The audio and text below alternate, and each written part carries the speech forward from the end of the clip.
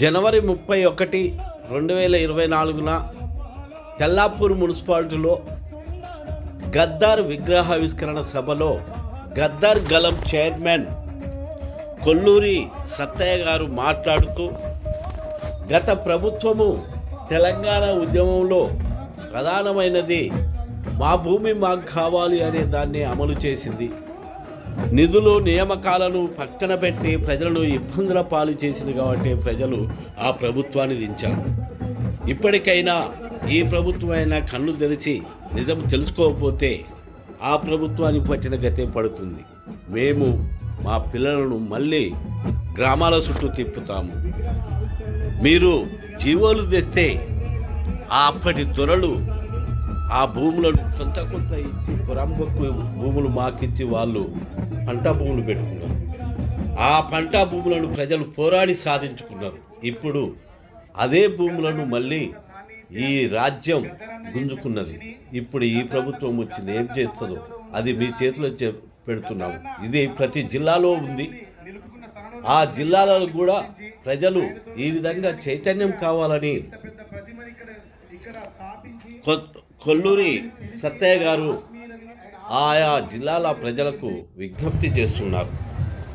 ఆ జిల్లాలో ఉన్న భూములను మొత్తం మళ్ళీ ప్రజలే తీసుకోవాలి, దానికి కాంగ్రెస్ ప్రభుత్వం సహకరించాలని డిమాండ్ చేశారు. కాలాతీతం అయిపోయింది. పేరున ప్రతి ఒక్కరికి మా హృదయపూర్వకమైన తెల్లాపూర్ గ్రామ తరపున గద్దర్ గలం తరపున మా హృదయపూర్వకమైనటువంటి ధన్యవాదాలు తెలియజేస్తూ, కాలాతీతం అయింది కాబట్టి ప్రపోజల్స్ అన్ని పక్కకు పెట్టి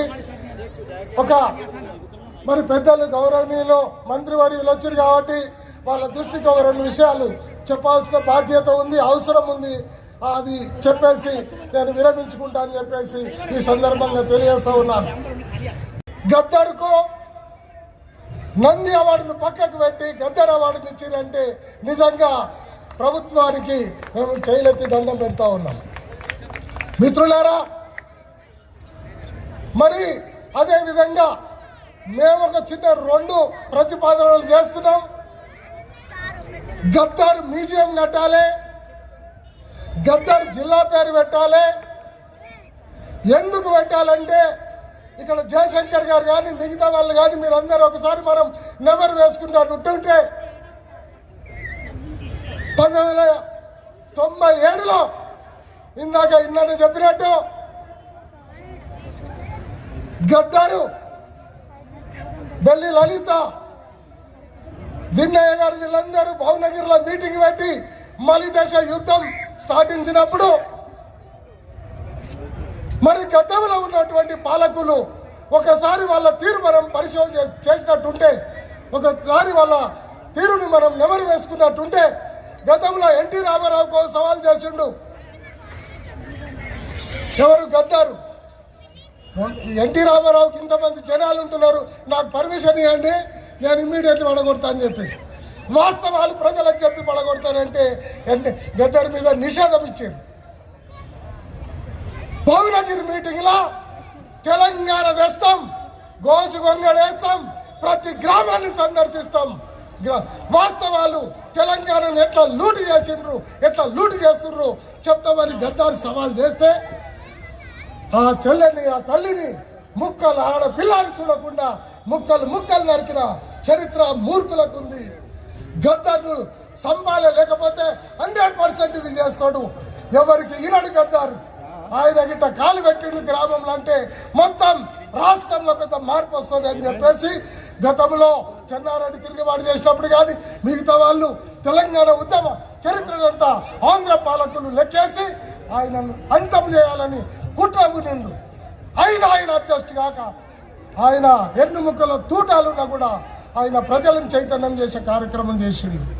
కాబట్టి మిత్రులారా, అందుకు మనం గద్దార్కు నివాళులు అర్పించాల్సిన అవసరం ఉంది. అందరికీ మనకు గద్దర్ మ్యూజియం కట్టవలసిన అవసరం ఉంది. భావితరాలకు ఆయన చరిత్రను చెప్పవలసిన బాధ్యత ఉంది. మాకు గద్దర్ గారికి సంబంధం ఉంది. ఈ ఊరుకు గద్దరుకు చాలా సంబంధం ఉంది. ఈ ఊరుకు గద్దరుకు పెద్ద భూపోరాటాల సంబంధం ఉంది. ఇలా ప్రభుత్వం ఇంతకుముందు బాలనే క్లియర్గా చెప్పిండు, ప్రభుత్వం దరిదాపుగా ఒక 25 ఫార్మాల కింద కానీ ఇక్కడ భూములు లేని వాళ్ళకు భూములు ఇచ్చడంలో కానీ కాంగ్రెస్ ప్రభుత్వం ముఖ్య పాత్ర పోషించింది. వాళ్ళందరికీ కూడా కాంగ్రెస్ ప్రభుత్వంలో ఇచ్చింది. మళ్ళా ఎట్లయితే ఇచ్చిరో అదే పద్ధతిలో గత ప్రభుత్వాలు తీసుకున్నాయి. ఏ ఒక్క గుంట అమ్ముకొని వాళ్ళు ఎంజాయ్ చేయలేరు. ఏ ఒక్క గుంటల పంట పండించుకొని 10 సంవత్సరాలు తిన్న పాపాన పోలేరు. నీళ్లు లేవు ఆ కాలంలో. ఆ చిలకలల్లో వర్షాధారంతో పండించినటువంటి పంటలు తప్ప వాళ్ళకేది తెలియదు. అనేక రకాలుగా కష్టాలు చేసి బతికిండు. అందుకు మూలంగా దళితులు ఇక్కడ ఉన్నటువంటి వాళ్ళందరూ కూడా కాంగ్రెస్ పార్టీకి, కాంగ్రెస్ నాయకత్వానికి వాళ్ళు పట్టం కట్టిండ్రు. బాగారెడ్డికి ఓట్లేసిండ్రు, పి రామచంద్ర రెడ్డికి ఓట్లేసిండ్రు. 30 సంవత్సరాలు కాంగ్రెస్ పార్టీకి వాళ్ళు కృతజ్ఞతగా ఓట్లేసిండ్రు. మరి రియల్ ఎస్టేట్ గల్లంతా వచ్చి ప్రజల మీద దమనకాండ చేసి వాళ్ళ బ్రోకర్ గల్లను రంగంలో దించి వాళ్ళని అన్యాయంగా వాళ్ళని చేస్తే మేము ఎదిరిస్తే మమ్మల్ని జైల్లో పెట్టింది. జైల్లో పెట్టడమే కాదు, మా మీద పర్సనల్గా మా మీద అనేక రకాలుగా ఇబ్బందులు పెట్టింది. మా బంధువుల ల్యాండ్లు గుంజుకున్నారు. పోలీసులను అడ్డం పెట్టుకొని ఏనాడైతే మేము తిరుగుబాటు ఈ ల్యాండ్ను అమ్మొద్దు కొనొద్దు అనేటువంటి సిస్టమ్ ఏదైతే రాజ్యాంగంలో ఉందో అది ప్రజల ముందుకు తీసుకొచ్చినప్పుడు మాకు అనేక రకాలుగా ఇబ్బందులు పెడితే జేబీ రాజు గారు వీళ్ళందరూ వచ్చే తారకం గారు, విఠల్ రెడ్డి గారు వీళ్ళంతా అడ్డుకున్నా కూడా ఈ పాలకులు నిద్ర అవ్వకుండా మమ్మల్ని అనేక రకాల నష్టం చేసిండ్రు. ఇప్పటికీ మేము దాదాపుగా ఇక్కడ ఒడ్డారాలు ఉన్నారు, ఎరకలు ఉన్నారు, మాది వాళ్ళు ఉన్నారు, ఉన్న ల్యాండ్లలో అట్లనే కబ్జాలలో ఉన్నారు. వాళ్ళ కనీసము మాకు పట్టా అక్కడ ఇక్కడ ఉన్నారు, మధ్యలో జిహెచ్ఎంసీ వాళ్ళకి హ్యాండ్ఓవర్ చేసిర్రు. కాబట్టి మిత్రులారా, నేను అన్ని కూడా ప్రభుత్వానికి రాస్తా, డీటెయిల్గా రాసి న్యాయమైనటువంటి లీడర్స్ ఉన్నారు, న్యాయమైనటువంటి ముఖ్యమంత్రులు ఉన్నారు, న్యాయమైనటువంటి మంత్రులు ఉన్నారు. అదంతా వెలుగులోకి రావాలి. వాడు ఇప్పుడు కంపెనీలకు అప్పచెప్పిన దరిదాపుగా 200 ఎకరాల భూమి. ఇది ఎట్లా చేస్తారో కూడా దాన్ని కూడా మేము విచారణకి ప్రభుత్వానికి చేస్తా ఉన్నాం. మిత్రులారా, మరి గద్దారుకు మాకున్నటువంటి సంబంధం 1986లో గద్దారు మొత్తం యావత్ భారతదేశంలో ఆయన తిరగడానికి టూర్ పోతే ఇక్కడ తెల్లాపూర్ వాసులమైన మేము, బాలరాజు గారు కానీ, సత్యానందం కానీ, గద్దర్ నరసింహ కానీ, బాలయ్య గారు కానీ మేమందరం కూడా ఆయన వెనుక ప్రయాణం చేస్తే వరంగల్లో ఆయన ఆ ఘటన చూసి నేను అబ్బా బతికినవరా అమ్మాని వాళ్ళను అనేటటువంటి ఘటనలను నా కల్లారా చూసిన.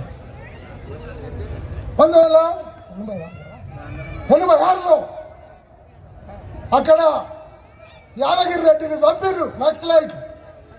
మేము కాదు దాంట్లో కూర్చున్నాం ట్రైన్లో, మొత్తము ట్రైన్ అంతా ఆక్యుపై చేసిర్రు. దుప్పట్లు కప్పుకొని ఆయనను గండ్లవాడని ఎక్కడ ఉంచి ఇక ఆ లోపల పోలీసులు మొత్తం వచ్చేసిర్రు. ఇదంతా చేసి అక్కడ ఇమ్మీడియట్లు ఎవరు దొరకకపోతే అప్పుడు డాక్టర్ రామనాథంను చంపారు. పౌర హక్కుల సంఘం నాయకులు వరంగల్లో డాక్టర్ రామనాథంను చంపారు. ఇక మేము కాంట్రాక్ట్ దగ్గర పని చేసుకుంటున్నాం. ఇక్కడ వాళ్ళం అక్కడ దిగేసి దుంకేసి ఉరికొచ్చేసినాం. ఇక్కడ వాళ్ళం అక్కడ ఎస్కేప్ అయినాం. ఆయన ఎక్కడ పోయిండు, ఈయన ఎక్కడ పోయిండు. ఆడికి వెళ్ళి మేము నిజంగా గద్దరన్న ఎప్పుడు కూడా మేము మర్చిపోము ఆ ఘటన. అనేక రకాల ప్రజా పోరాటాలు జరిగినటువంటి ఆయన పాట ప్రతి కూలి తల్లిని, ప్రతి కార్మికుడిని, ప్రతి శ్రామికుడిని మర్చేటువంటి పాట ఆయనది. భారతదేశం భాగ్యసీమరా, కనులు సంపదకు కొదవలేదురా, బగ్గరు పంటల భూములున్నవి, సాగు ఎరగని జీవనదులురా, అంగట్లో నా అన్ని ఉండి హల్లుని నోట్ల చని ఉన్నట్టు, ఈ సకల సంపదల కన్నా దేశము దరిద్రం ఎట్లొచ్చేనాయినా. 170 పైగా జనులు భూమి నమ్ముకొని బ్రతుకుతుండురా, దున్నేవాడికి భూమి లేదురా, కూలి జనముకు కూడు లేదురా, భూ సంస్కరణ భూటకమ్మురా, భూస్వాములది నాటకమ్మురా. ఆయన పాట పాడితే ఆ యొక్క జనంలో రోమాలు వచ్చేది. రోమాలు ఆయన పాట పాడితే వాడు ఇక్కడ ఉంటే నరికి పడుద్దాం అనిపిస్తుంది. ఆయన యొక్క అది మాకు ఇప్పటికి కూడా సత్యదాకా కూడా మేము ఆ నీతిని, ఆ నియమాన్ని మర్చిపోం. మేము ఎక్కడ రాజ్యాంగ విరుద్ధము.